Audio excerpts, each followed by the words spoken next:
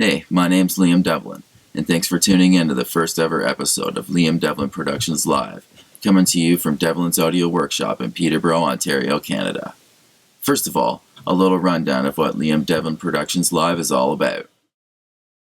My goal is to create a medium for local musicians, producers, and creative professionals of all sorts to broadcast their talents to the rest of the world and to share ideas and techniques pertaining to their craft. In doing so, I hope to foster new relationships and collaborations between people across the world and provide informal training to aspiring creative types. Podcasts will include live musical performances, both in studio and at local venues, interviews with creative professionals and performers, demonstrations of musical instruments, audio and video equipment, software, and all kinds of other goodies, tutorials, and also a contest from time to time. Now, today we have a killer first episode lined up for you to kick off the show. First, the Peterborough metal band Darkness In Aurora will be coming in to perform a yet unreleased song, as well as fill us in on all things Darkness In Aurora. Then, we'll be taking a look at the Dirty Bastard Germanium Treble Boost pedal from Peterborough pedal company Tribute Audio Designs, and I'll give you a chance to hear that bad boy in action. Then, we have a little bit of a contest for you, so stay tuned to the end.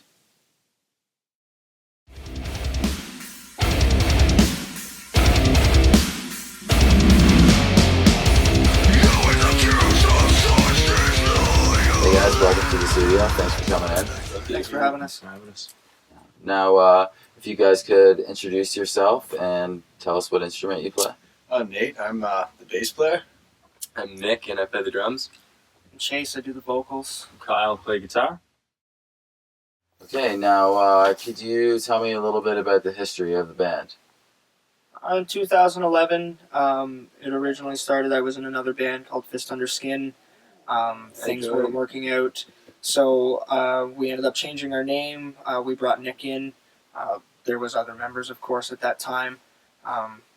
We unfortunately weaned through the times. We were looking for another guitarist, and Kyle messaged me up, and it went from there. Everything sounded great when we played with him. I liked his techniques, his style, everything like that. He learned our songs really quickly. I got along with us really well. We also needed a bassist, so he mentioned bringing his brother in. That's when Nate came in. He was a guitarist at the time, so it was definitely different for him, learning something different, learning all the bass and everything like that. But it's definitely come a long way since then. We brought them in last year, December of 2013.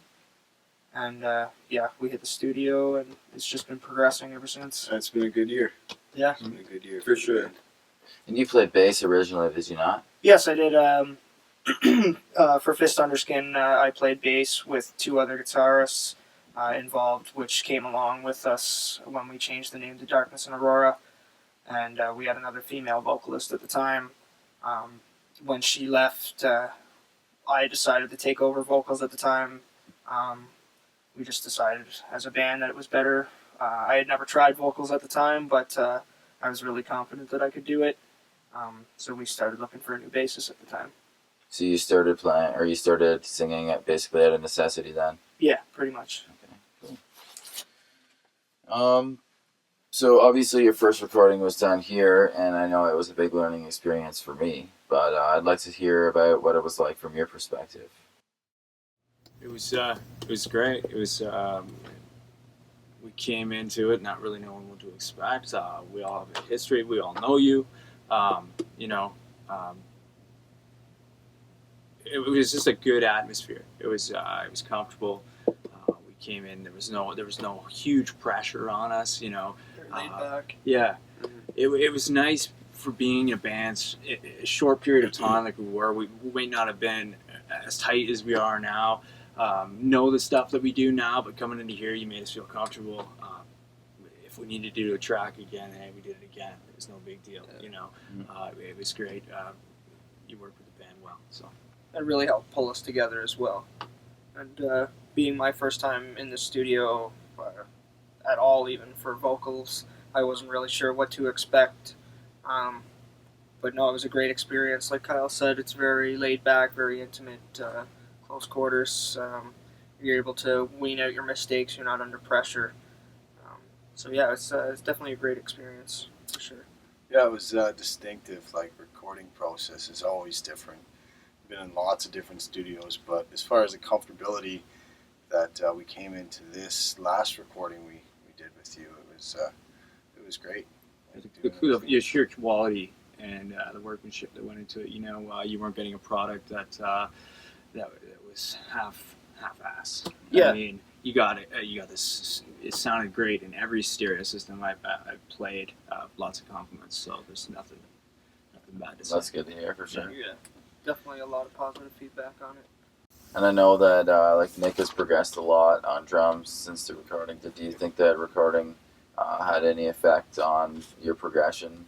Yeah, definitely. That was a first for me, like being in this kind of studio, this quality of production, and also the first time recording with the click. So that was something totally new for me, which I think has really helped shape the way I play drums. It was a huge learning experience. Yeah, we all came out of this studio experience with a better understanding of the work we needed to put in, Our and sound. Overall what sound preparedness we're of what we going for. needed. Yeah, and also a lot of us seemed at the beginning, kind of nervous about how we were as a band, and after hearing the album, we all knew where we stood. Like we knew we did what we did very well. It came out really well. It made us a lot more confident, for Nick especially. Yeah. This definitely really shows on his playing.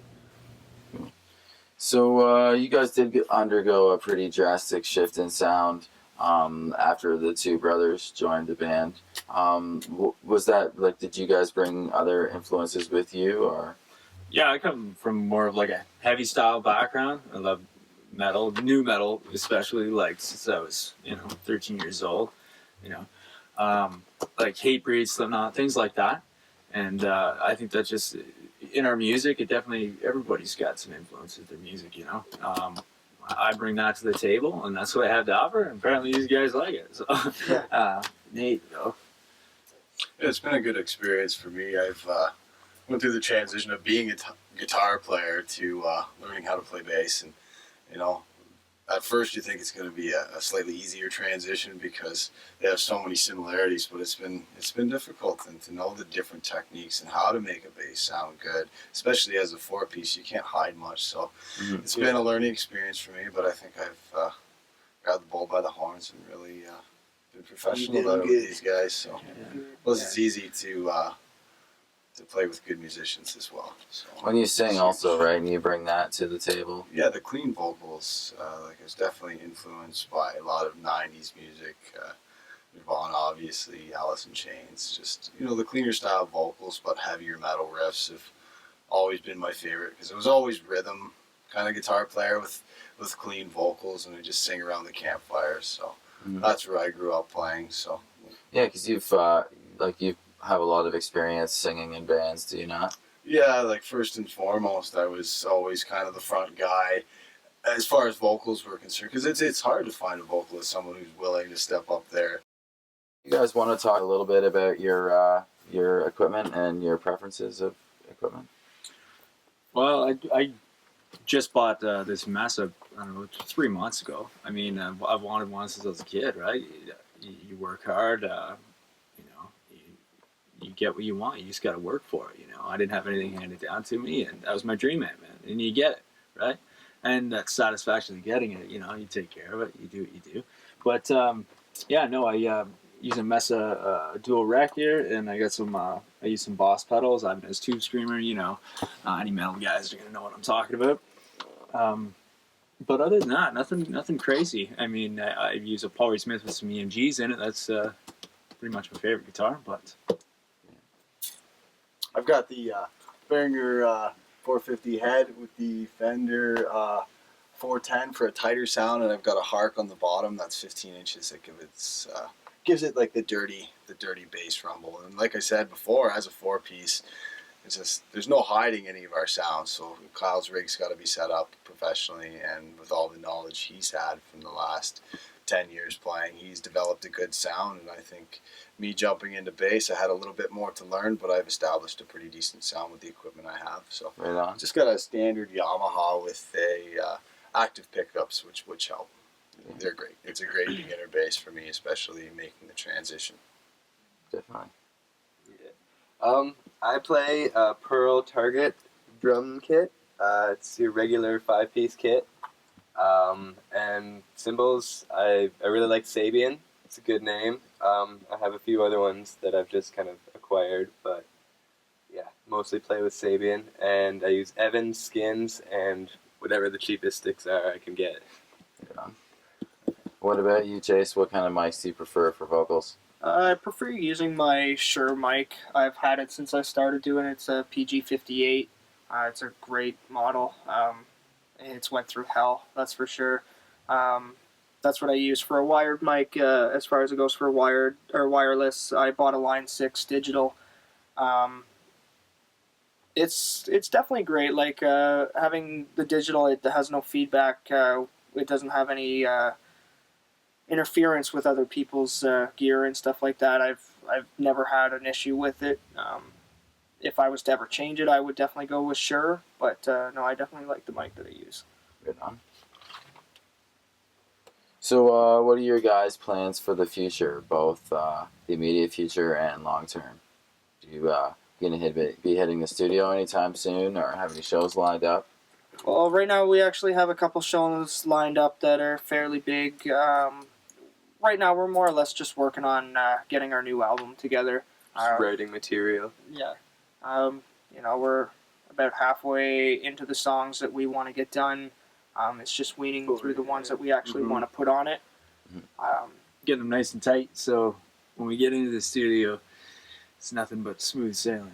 You're ready to rock. Yeah. It's key. We're planning on throwing together a couple tours, one before we actually release the album and one after, to get some stuff under our belt as well. We're going to get a few more shows before that also comes out.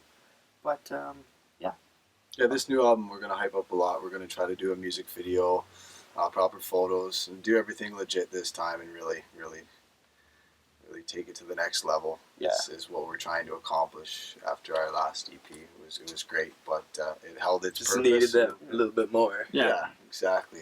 That's great. You guys sound pretty ambitious, and if you stick to that and do all that stuff, I'm sure that that good things are going to come to you. I know that when you guys started out, you kind of started out on the bottom, and you put in your hard work, and now you're up there, and people have respect for you, so that's good. You played with quite a few bigger bands and stuff, and so that's good.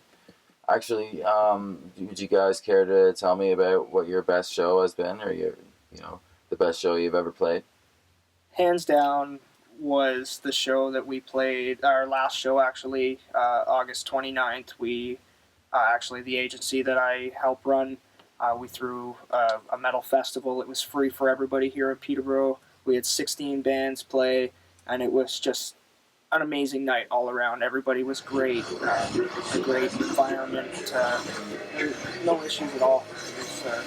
It was amazing to have so many friends come together and put on such an amazing performance. All these local bands that meet through your surrounding area, meet all these great guys, and you just become friends with them. You play with them, you're all local guys, and they're setting up all these metal shows, and you just develop a friendship with everybody, and everybody gets along so well. It's a great community. It's a great metal community. Is there anything you guys would like to leave the audience with before you go? Just look out for us in the year 2014. I think the progression we've made in the year we've been together has been pretty good. So Things have been good so far, and they're going to get better. Stay tuned to Darkness in Aurora. Yeah, definitely. Right on. Well, thanks for coming on, guys. Really appreciate having Thanks you for here. having us. Share it Thank with you very much. Yeah. Thanks. Thanks, man. Cheers, Bella. Thank you very much.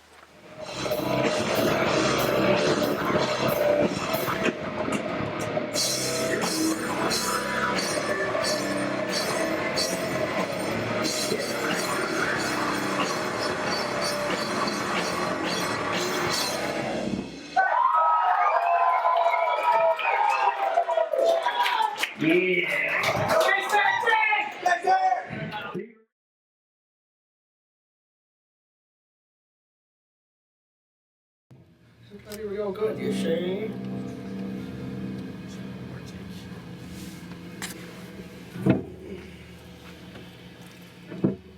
Okay, you guys ready? Yeah, it's cold, it's got a heart of stone, and what if I see I'm trying to break it down this wall? There's a black berry, cold in the cemetery, say on the body is never ending. Creeping to our thoughts, turning her away from what's left of her sanity. Shaking on walking streets I love, but that her demons screaming in her shadows. There is nothing in the light outside. Even in the light, she's black as night. Looking through her eyes, and will tell her story. Terrified to let someone in, afraid of what they might find out.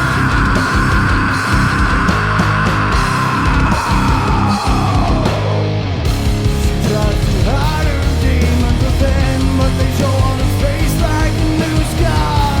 Her body tears off the planet soul. Touch going this nightmare. And I watch suffering I am unable to stop. Watch it going through. His eyes cold.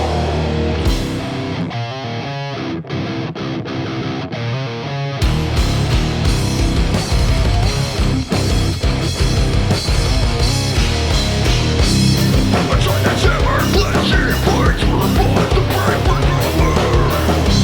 It's when they sit that concern for the brilliance in no such light. See forever locked inside this box, trapped and caught with no keys made for it. So guess that there is no such thing as a happy life. Even in the light, she is black as night. Looking to her eyes, they will tell their story.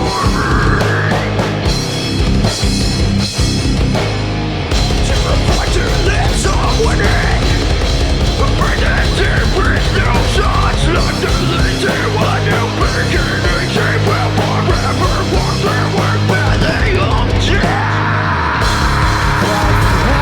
Demons within, but they show on her face like a new sky. Her bloody tears soak her shattered soul. What's going this nightmare? And I watch, and someone as I am unable to stop. Watch it going through. His eyes cold.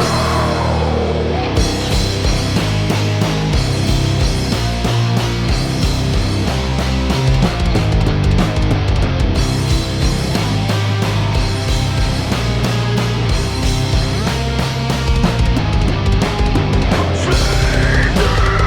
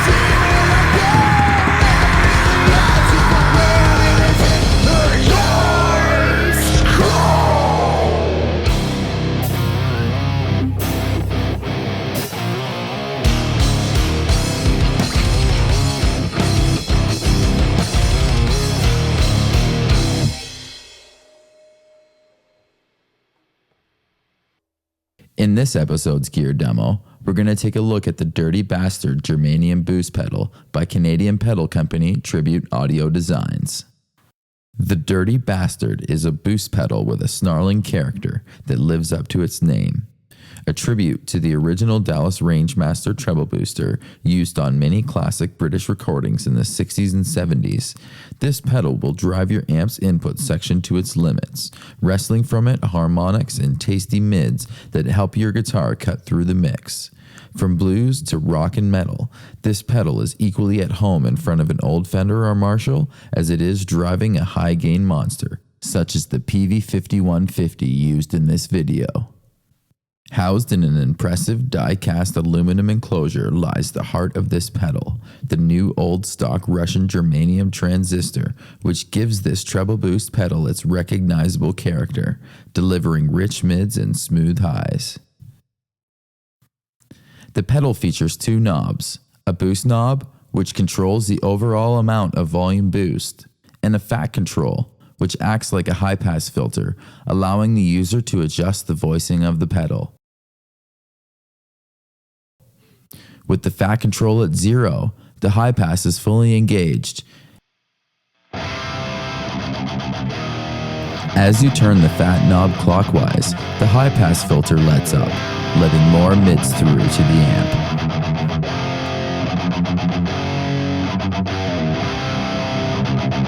And with the fat knob at max, the high pass is completely removed from the signal, allowing more mids and lows to pass through.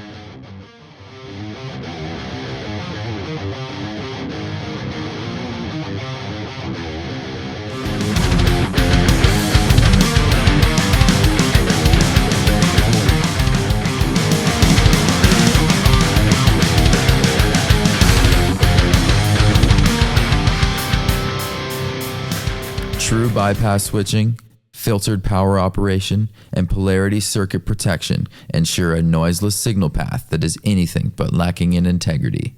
This is not your average stomp box that you find at the local music shop. These can be had online at www.tributeaudiodesigns.com for a staggering low price of 149 Canadian dollars. A no-brainer for those looking to add to the plethora of toned landscapes in their arsenal. As someone who has owned a few overdrive and boost pedals, I can safely say that this pedal brings something new and interesting to the table. Far from just another flavor in the fridge, this dirty bastard will see much use on featured Liam Devlin productions.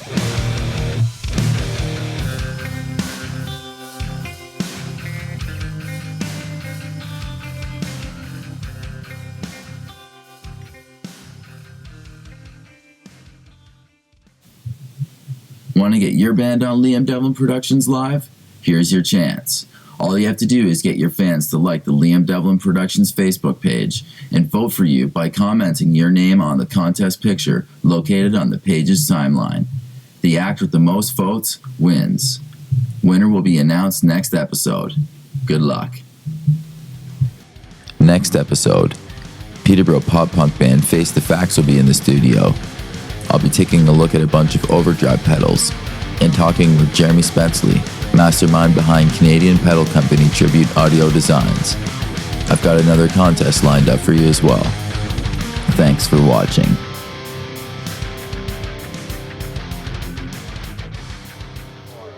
On the floor? Do we start saying After Darkness? 4. After 4, okay. 1, 2, 3, 4. Darkness in Aurora!